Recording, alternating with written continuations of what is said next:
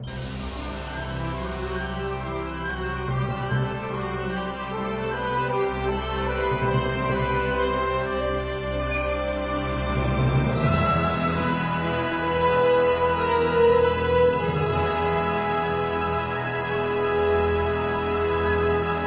seorang pembunuh berantai yang berspesialisasi dalam memilih orang yang mirip dengannya.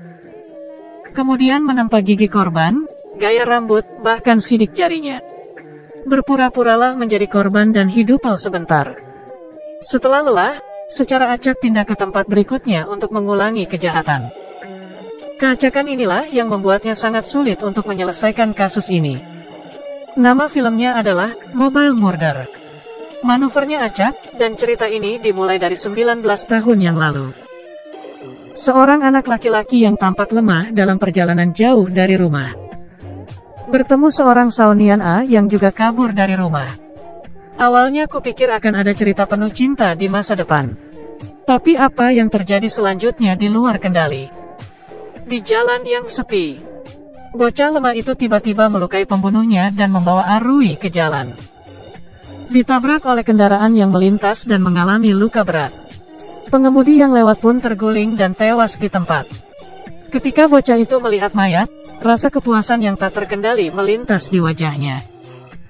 Jelas, dia terlihat lemah dalam penampilan, tapi dia sebenarnya cabul yang menikmati pembunuhan. Segera setelah itu, dia menghancurkan wajahnya lagi, berpura-pura menjadi ilusi kematiannya sendiri. Dengan koper dan gitar di punggungnya, lanjutkan hidup seperti ini. Setelah selang 19 tahun, di kota pelabuhan Montreal di Kanada Selatan. Seorang wanita tua pergi ke kantor polisi dengan panik untuk melapor. Dia benar-benar bertemu dengan putranya yang meninggal dalam kecelakaan mobil 19 tahun lalu di dermaga. Putranya bernama Martin adalah orang yang sangat berbahaya. Berdasarkan apa yang diketahui ibu tentang putranya, dia menduga putranya telah membunuh seseorang. Meskipun kantor polisi tidak menganggapnya serius, terkadang orang tua merasa bingung. Tapi tidak sulit bagi kami untuk mengetahuinya. Anak laki-laki yang lemah di awal film seharusnya adalah putranya, Martin. Jadi ada pertanyaan terbesar dalam film ini, di mana Martin sekarang? Kamera beralih ke lokasi konstruksi di pinggiran kota. Ekskavator mengambil seorang pria dengan wajah hancur. Tidak ada fitur wajah, tidak ada informasi identitas. Polisi setempat tidak dapat berbuat apa-apa terkait kasus tersebut. Hanya dapat mengundang agen senior FBI Jelena untuk membantu penyelidikan. Jelena adalah seorang pecandu kerja dengan gangguan obsesif kompulsif. Wawasan yang tajam, terutama pandai dalam analisis kecerdasan.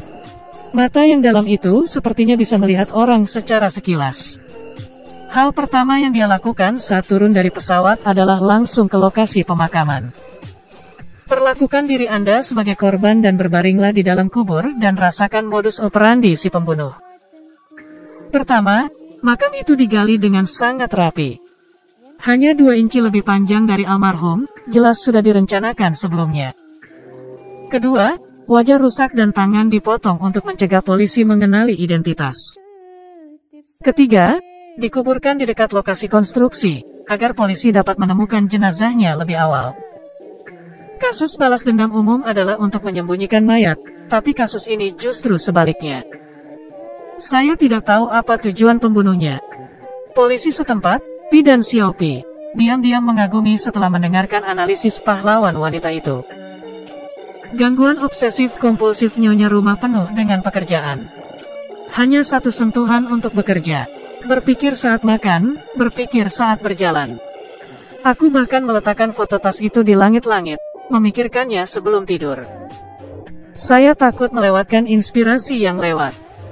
Malam itu, Pi segera memberitahu nyonya rumah. Ada pembunuhan serupa kedua. Almarhum diikat dengan kawat, dan wajahnya dihancurkan oleh batu. Untungnya, seorang saksi yang lewat melihat seperti apa pembunuhnya. Juga diketahui bahwa pembunuhnya kidal. Saksinya bernama Costa, dan dia juga seorang pelukis. Jelas itu adalah pertama kalinya dalam hidup saya melihat pembunuhan dengan mata kepala saya sendiri, dan saya sangat gugup. Saat mendeskripsikan TKP, Anda masih akan terkejut sampai tidak koheren. Tapi, selama Anda berada di tempat kejadian, Anda sama-sama berpenghasilan dan curiga. Dan dalam banyak kasus pidana, pelakunya adalah orang-orang yang melapor ke polisi. Seringkali pembunuh semacam itu sangat tenang dan memiliki kesadaran anti-deteksi yang sangat kuat. Jelena mengamati pelukis itu dengan cermat. Kegugupan orang ini tampaknya tidak bisa dipura-pura. Pertama, pembunuh menggunakan tangan kirinya untuk membunuh, dan dia menggunakan tangan kanannya untuk menyalakan rokok. Kedua, dia melihat organ regional melompat-lompat. Dan pembunuh sesat itu hampir tidak akan bereaksi ketika dia melihat senjata pembunuhnya. Jadi kesimpulan empiris pada dasarnya bisa menyingkirkan kecurigaannya. Maka potret saksi pelukis ini menjadi satu-satunya petunjuk yang bisa diandalkan. Potret itu menunjukkan pembunuhnya berjanggut. Lokasi kejahatan kedua masih belum disembunyikan. Pembunuhnya tampaknya tidak peduli akan ditemukan. Hal ini membuat Jelena sangat bingung. Apakah pembunuhnya memilih polisi untuk mendapatkan perhatian? Segera, mereka menemukan petunjuk berdasarkan potret tersebut. Seorang pemilik ekor persewaan berkata, pria berjanggut itu menyewa rumahnya selama 3 bulan tetapi hanya bertemu 1 kali. Tidak ada orang di rumah kontrakan. Ada banyak gelas kaya di atas meja, 2 stikman buatan sendiri. Dan tampaknya belum ada yang tinggal di properti resmi yang menghasilkan listrik untuk waktu yang lama. Elena juga menemukan bahwa langit-langit di atas tempat tidur menunjukkan tanda-tanda dipindahkan. Tersembunyi di atasnya adalah kantong kertas minyak. Ada jari perak atau patah di atas ring. Nama di cincin itu adalah Clark. Selain itu, tanah plafon juga menyembunyikan badan rumah tangga. Hal yang sama tidak dapat dikenali, sangat sulit untuk dikenali. Itu dia, almarhum cacat ketiga muncul. Menurut survei nama, kartu kredit almarhum telah digunakan baru-baru ini. Tidak ada petunjuk berharga. Jadi Irina hanya bisa berbalik dan terus menanyakan tentang toko mie tersebut. Berharap untuk menanyakan sesuatu yang lain. Pada saat yang sama, dia juga memberitahu artis tersebut bahwa tes dengannya tidak ada hubungannya dengan kasus tersebut. Polisi telah mengesampingkan keraguannya tentang mendapatkan uang. Ketika Costa mendengar berita itu, sepertinya enak dipandang oleh nyonya rumah. Dan dengan sangat sopan mengundang nyonya rumah untuk berpartisipasi di ruang lukisannya pada hari Jumat. Di sisi lain, ketika polisi menyelidiki nomor telepon rumah kontrakan tersebut, mereka menemukan pembunuh membuat lebih dari 20 panggilan ke wanita tua dalam film tersebut. Mereka juga secara samar menebak saat ini berdasarkan alarm wanita tua itu. Pembunuhnya adalah putra dari wanita tua yang meninggal 19 tahun lalu. Benar saja, kata wanita tua itu ketika dia mengambil transkrip itu lagi. Saya melihat anak saya di dermaga hari itu dengan janggut lebat. Terutama mata itu tidak mungkin salah. Dan 19 tahun lalu, dia tidak melihat tubuh anaknya. Saya hanya melihat beberapa sisa bagian tubuh. Dengan kata lain, jenazah itu mungkin bukan anaknya saat itu. Wanita tua itu juga berkata bahwa dia memiliki 2 anak laki-laki yang kembar. Anak bungsu mudah dikenali dan suka memakai kacamata. Ketika anak laki-lakinya berumur 14 tahun, suatu hari saudara-saudara itu pergi berperahu. Anak tertua kesayangan saya tidak sengaja jatuh ke air dan meninggal. Sejak itu, putra bungsunya Martin banyak berubah. Memiliki kecenderungan kekerasan yang serius dan sangat membencinya. Pada usia 6 tahun, Martin mencuri semua perhiasannya dan kabur dari rumah. Segera setelah itu, dia menerima kabar bahwa Martin mengalami kecelakaan mobil. Sebenarnya wanita tua itu mengatakan ini. Implikasinya adalah mencurigai bahwa anak bungsu membunuh kakak laki-lakinya. Jadi saya sama sekali tidak menyukai putra kecil ini, Martin. Usai merekam, Jelena tanpa sengaja melihat Leontin di bawah rak buku tanpa angin secara otomatis. Dia mungkin memiliki ruang rahasia di belakang ujiannya. Setelah kembali, dia segera mengorganisir otopsi. Seperti yang diharapkan, mayat itu sama sekali bukan Martin. Itu pasti bocah yang terbunuh 19 tahun lalu. Sejak Martin masih hidup dan membenci ibunya. Jadi polisi merasa lebih aman membiarkan wanita tua itu tinggal sementara di hotel. Jelena juga mengambil kesempatan ini untuk menyelidiki ruang rahasia di rumah wanita tua itu. Mengatakan itu adalah ruang rahasia, atau lebih tepatnya, itu adalah sel. Nyonya Rumah juga menebak bahwa wanita tua itu curiga bahwa Martin membunuh saudaranya. Menutup Martin di sini. Ada juga banyak stickman buatan sendiri di ruang rahasia. Ini sangat mirip dengan stickman di rumah kontrakan. Jelena sedang berbaring di tempat tidur compang camping itu. Akhirnya pahami bagaimana pembunuh berantai sesat itu terjadi. Tiba-tiba, seseorang di bawah tempat tidur mencekik lehernya. Sebelum dia bisa bereaksi, pria itu menendangnya dan menghilang tanpa jejak. Siapa lagi orang ini jika dia bukan Martin? Sayang Jelena bahkan tidak bisa melihat wajahnya. Dia sedang mandi dan memikirkan apa yang telah dilakukan Martin selama 19 tahun terakhir. Tiba-tiba sebuah inspirasi muncul. Dia menemukan bahwa usia orang mati semakin meningkat. Bandingkan semua kasus cacat serupa di Kanada selama 19 tahun terakhir. Dia menemukan bahwa sebanyak 19 orang tewas. 1 tahun bertambah seiring bertambahnya usia. Kasus-kasus yang belum terselesaikan ini semuanya harus berasal dari orang yang sama. Sejauh ini, dia akhirnya menemukan motif si pembunuh Martin. Ini adalah orang yang sangat muak dengan dirinya sendiri. Membunuh adalah untuk mendapatkan identitas orang mati, meniru mereka untuk terus hidup. Gunakan kartu kredit almarhum dan bayar pajak untuk mereka. Hanya dengan meniru orang lain Anda bisa melupakan diri sendiri. Ibarat umang-umang, senantiasa mencari cangkang yang bisa hidup masuk. Dengan kata lain, Martin saat ini mungkin hampir semua orang. Janggut juga bisa menjadi identitas sementara. Segera, petunjuk lain muncul di depan polisi. Studio saksi Costa dibobol oleh pencuri. Karya seni tidak hilang, tetapi hanya jadwal kerja pameran seni yang hilang. Dan ada nama yang sangat familiar di jadwal itu, namanya Clark. Itu adalah nama cincin di jari yang patah di rumah kontrakan di depan. Pelukis berkata bahwa Clark ini adalah klien penting baginya. Diatur untuk bertemu besok untuk membahas penjualan seni. Bagaimana Clark bertemu dengannya ketika dia meninggal? Jika tidak ada yang tidak terduga terjadi, tebak polisi.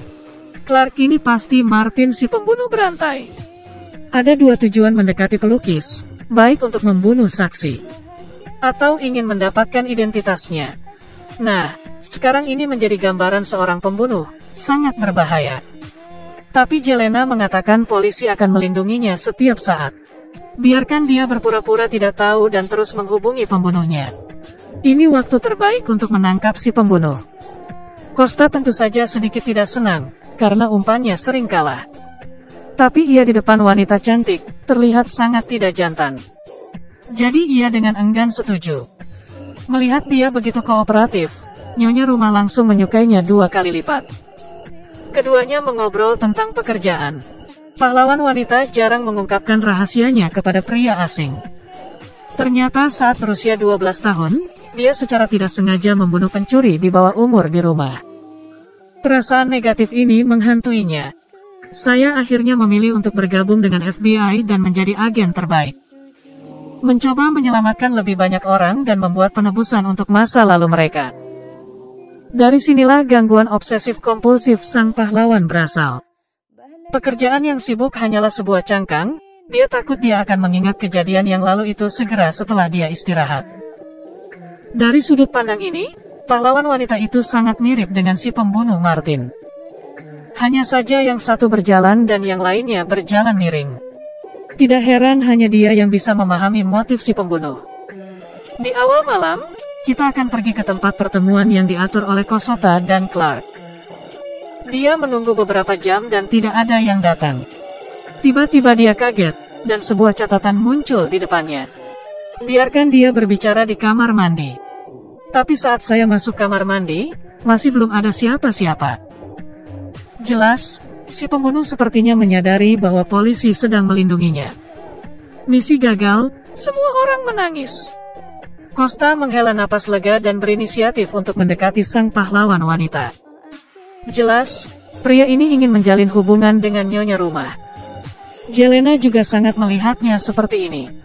Cinta datang terlalu tiba-tiba, sedikit lengah. Sebentar lagi hari pameran. Jelena dan rekannya melindungi Costa seperti biasa. Hanya saja hari ini dia sengaja berdandan sedikit. Biarkan Costa menatap lurus. Saat ini, seorang hantu lelaki congcong mencoba mendekati Costa. Nyonya Ruma merasa bahwa orang ini sekilas punya masalah. Meski tidak berjanggut besar, pembunuhnya pandai menyamar. Mereka langsung ditangkap. Melihat ada petugas polisi di sekitar, pria itu melompat keluar jendela dan melarikan diri. Polisi mengikuti, mengejar dengan putus asa. Tapi ada banyak orang di jalan karnaval. Tersangka masuk ke kerumunan dan menghilang dalam sekejap mata. Ini hanya waktu lain untuk apa-apa. Tapi Jelena cukup yakin, orang itu pasti pembunuhnya. Martin tidak mungkin salah. Sepertinya si pembunuh mencoba membunuh saksinya.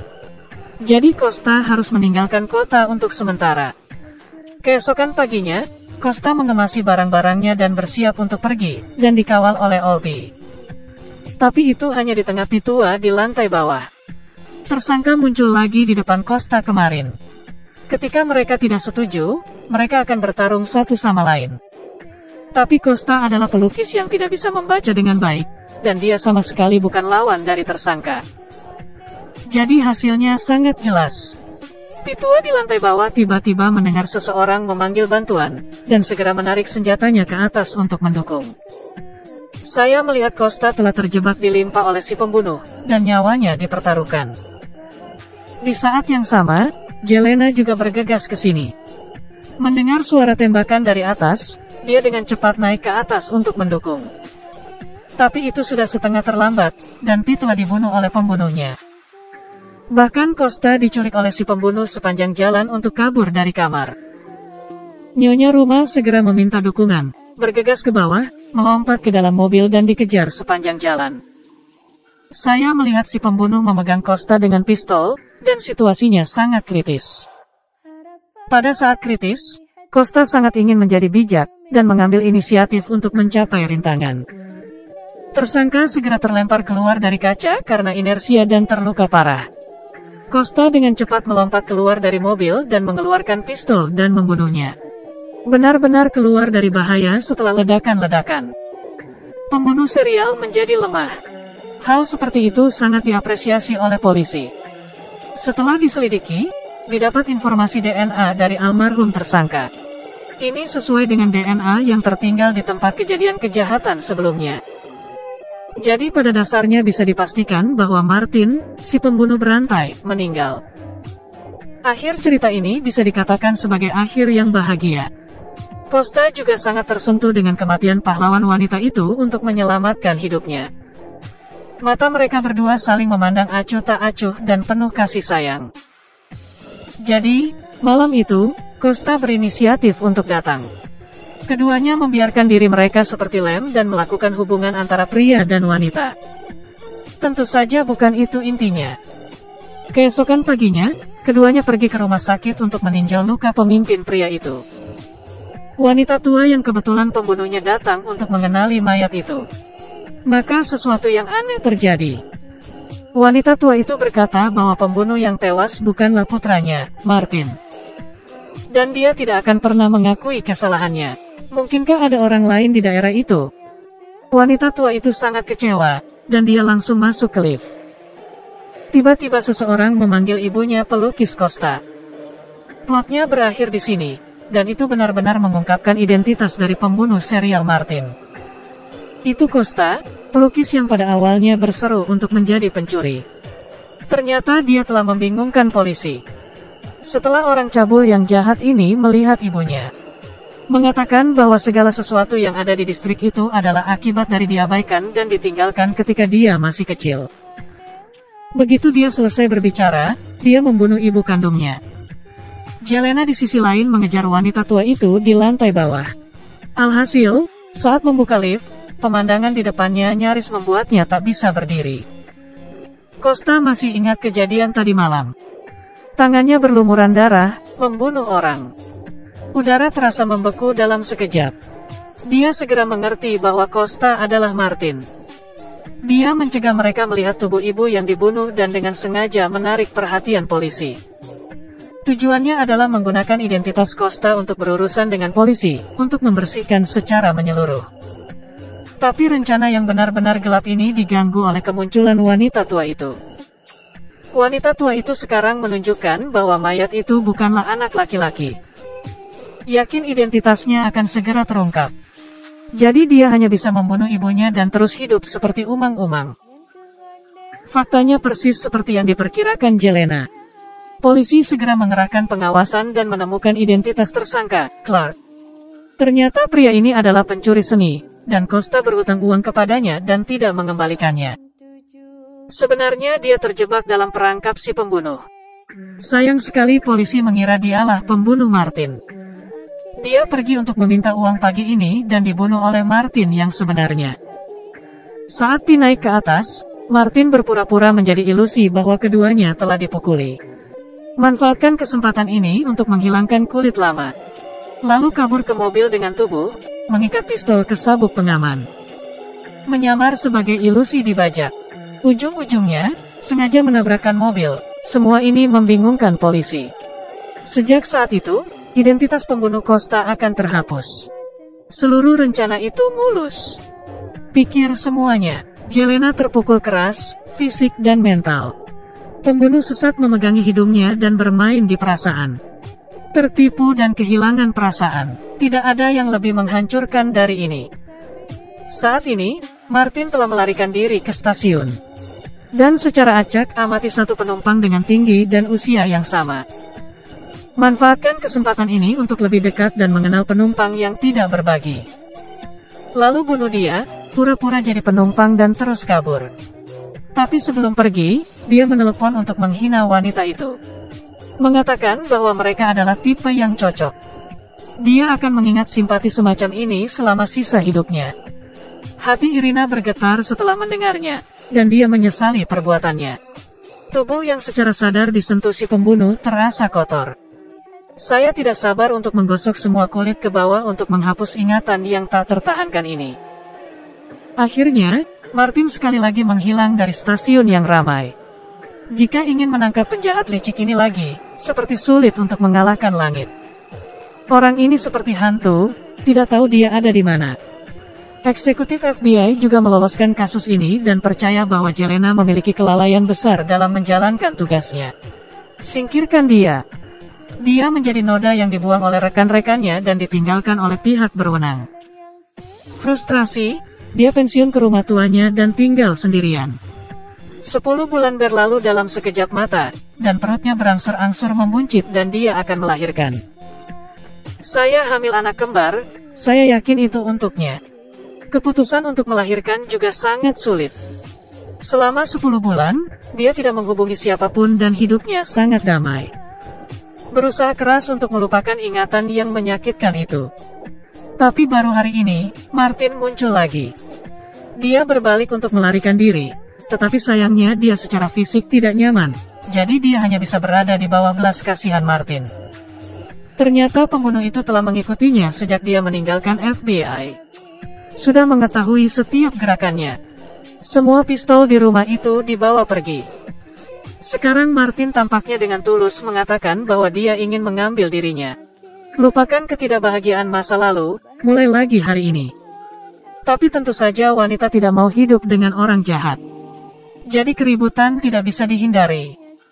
Sayangnya, dia hamil di bulan Oktober, dan Martin tahu dan hampir membunuhnya.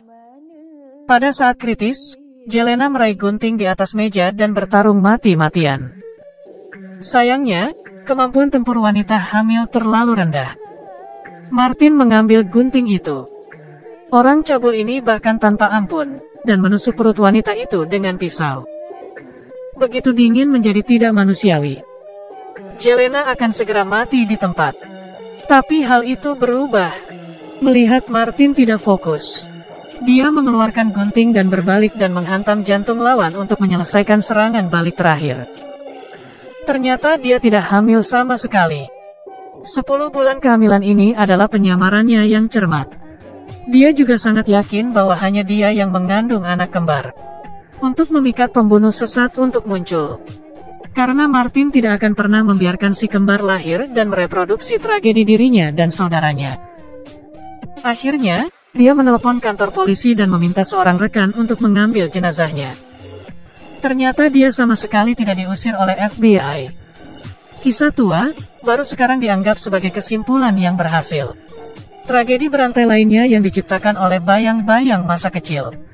Tidak bisa mengatakan seberapa sulit hidupnya. Namun dua pembalikan kasus ini memang cukup mengejutkan. Saya merekomendasikan ini kepada teman-teman saya harap Anda menyukainya. Oke, pembicaraan hari ini agak panjang. Jika Anda suka, mohon berikan like dan ikuti saya.